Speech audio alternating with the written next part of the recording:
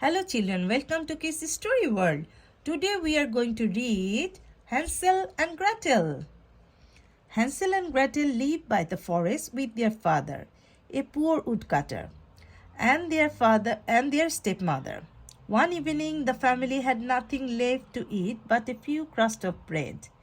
Hansel and Gretel went to bed hungry. As they lay in their beds, they heard the grown-ups talking. "There are too many mouths to feed," said their stepmother. "We must take your children into the forest and leave them there."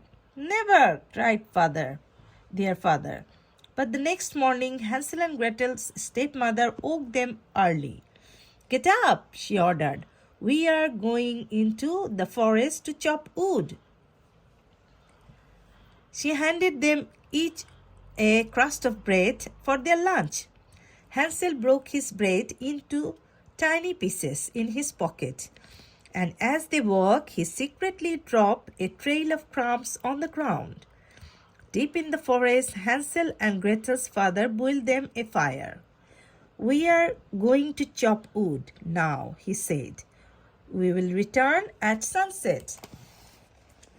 After a while, the children shared Gretel's bread, and then they curled up at the foot of an old oak tree and fell asleep.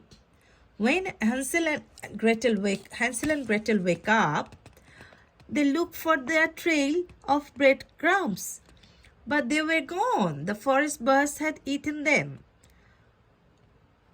"We will wait till morning," Hansel said. "Then we can find our way home."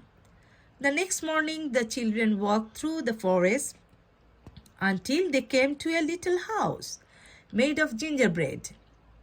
The roof was dripping with sugary icing, the door was made of candy cans, and the garden was filled with colorful lollipops. Delighted, the hungry children began to feast upon the sweets. As they are, an old woman hobbled out of the house. "You must be starving, my dear," she said. "Come inside and have a proper meal." The old woman fed them well and then put them to bed. But Hansel and Gretel didn't know that the kind old woman was really a wicked witch. As she watched them sleep, she cackled, "I will soon fatten these two up. Then they will make a proper meal for me." The following morning, the witch dragged Hansel from his bed and threw him into a cage.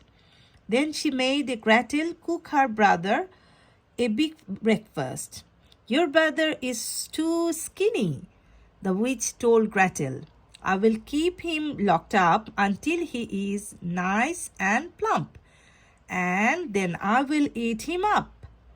Over the next few days, Hansel had as much food as he could eat, and every morning the witch made him stick out his finger so he could feel whether he was fat enough to eat. But Hansel knew that the old witch could hardly see, so he stuck a chicken bone through the cage instead. "Still too scrawny," the witch would say. One day, the witch got tired of watching and decided to eat Hansel right away.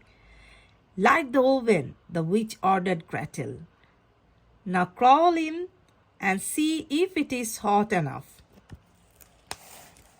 Gretel knew the witch was planning to cook her as well, so she decided to trick the witch. "The oven much too small for me," she said. "Nincompoop!" cried the witch. "Even I could get into that oven. Look!" And she stuck her head inside. With a great big shove, Gretel pushed the witch into the oven and slammed the door shut. Gretel freed Hansel from his cage, and they danced happily around the kitchen. We are safe, they sang. When the children looked around the witch house, they found chests crammed with gold and sparkling jewels. They filled their pocket and set off for home. They seemed to find their way straight home, where their delighted father greeted them with hugs and kisses. He told them that their cruel stepmother had died, so they had nothing to fear. Hansel and Gretel showed him the treasure they had found. "We will never go hungry again," they said. They all lived happily ever after. The end. So, children, this is the end of the story. If you want to hear more story, please subscribe my channel. Bye bye.